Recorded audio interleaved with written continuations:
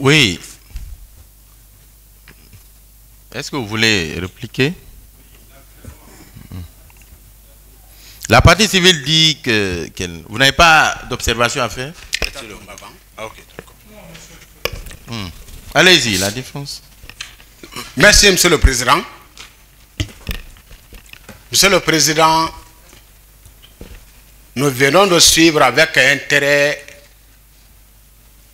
les réquisitions de Monsieur le Procureur par rapport à la mise en liberté de M. Amadou Damaro Camara. Tout à l'heure, nous avons entendu qu'il ne ressort pas du rapport médico-légal que M. Amadou Damaro Camara doit être mis en liberté. Cela résulte de l'incompréhension du parquet du fait qu'il n'appartient pas à un médecin, Monsieur le Président, de se prononcer sur une demande de mise en liberté. Juridiquement parlant, le rapport ne peut que ressortir des recommandations quant aux conséquences liées à la détention d'un détenu. Il a donné lecture du rapport médico-légal. Lui-même l'a dit que le médecin a recommandé que M. Amadou Damaro Camara doit être dans un milieu non stressant. Là où il est, c'est le prolongement de la détention. Et vous conviendrez avec moi qu'il y a des maladies d'origine carcérale. Quand on est en détention,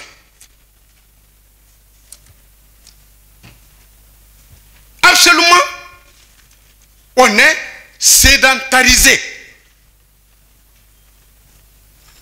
On est obligé d'être confiné dans un espace très restreint. Quand on y passe des semaines, des mois, des années, même si vous êtes en bonne santé, retenez avec moi, Monsieur le Président, honorable assesseur, que cette sédentarisation a inéluctablement des conséquences néfastes sur la santé de la personne concernée. La maladie dont on parle aujourd'hui, M. Amadou Damaro Camara n'avait pas cette maladie. Il n'avait pas cette maladie. Mais le fait pour lui d'être immobilisé, sédentarisé,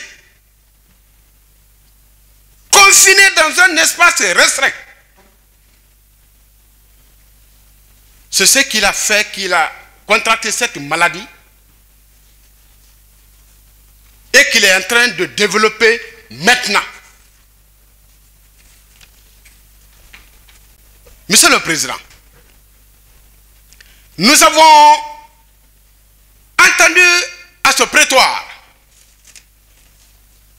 que la maladie n'est pas une cause de mise en liberté. La défense de M. Amadou Damaro Camara s'inscrit en faux contre cette assertion.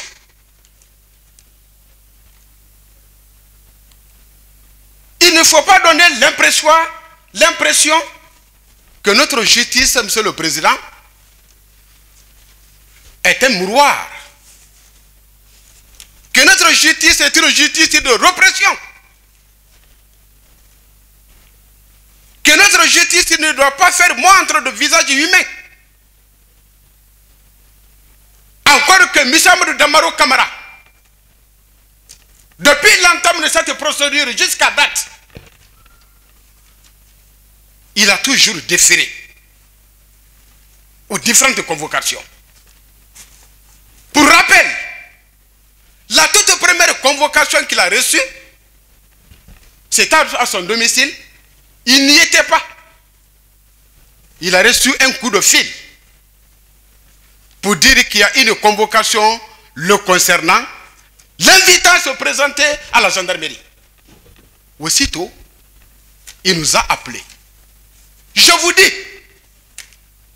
ce jour-là, il a même voulu qu'on anticipe notre présence à la gendarmerie. Je dis non. Les gendarmes ont déjà établi un calendrier. Attendons cette date.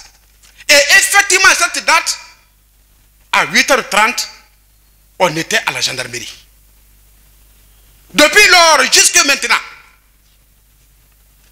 il a toujours déféré aux différentes convocations que la justice lui a adressées. Monsieur le Président, honorable assesseur, nous ne cesserons de le dire. Dans notre arsenal pénal guinéen, c'est la liberté qui est le principe. La détention est l'exception. Il ne faudrait pas qu'on transvertisse cette règle parce qu'il s'agit de M. Amadou Damaro Camara. Nous l'avons dit ici. On l'a répété. Tous les autres prévenus dans ce dossier sont en liberté. C'est seul le monsieur Amadou Damaro Camara qui est en détention. Alors que il doit être traité, il doit être jugé selon les mêmes règles que les autres co-prévenus. En raison de tout ce que nous venons de développer. Monsieur le Président, honorable assesseur, dans le secret de votre délibération,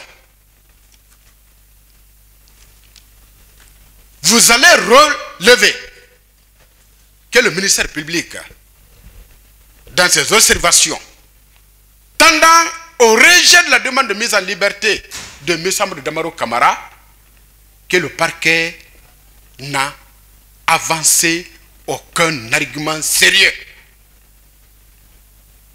C'est pourquoi nous réitérons la mise en liberté de M. Amadou Damaro Camara conformément aux dispositions de l'article 244 du Code de procédure pénale. Nous avons plaidé et sous toute réserve, nous vous remercions.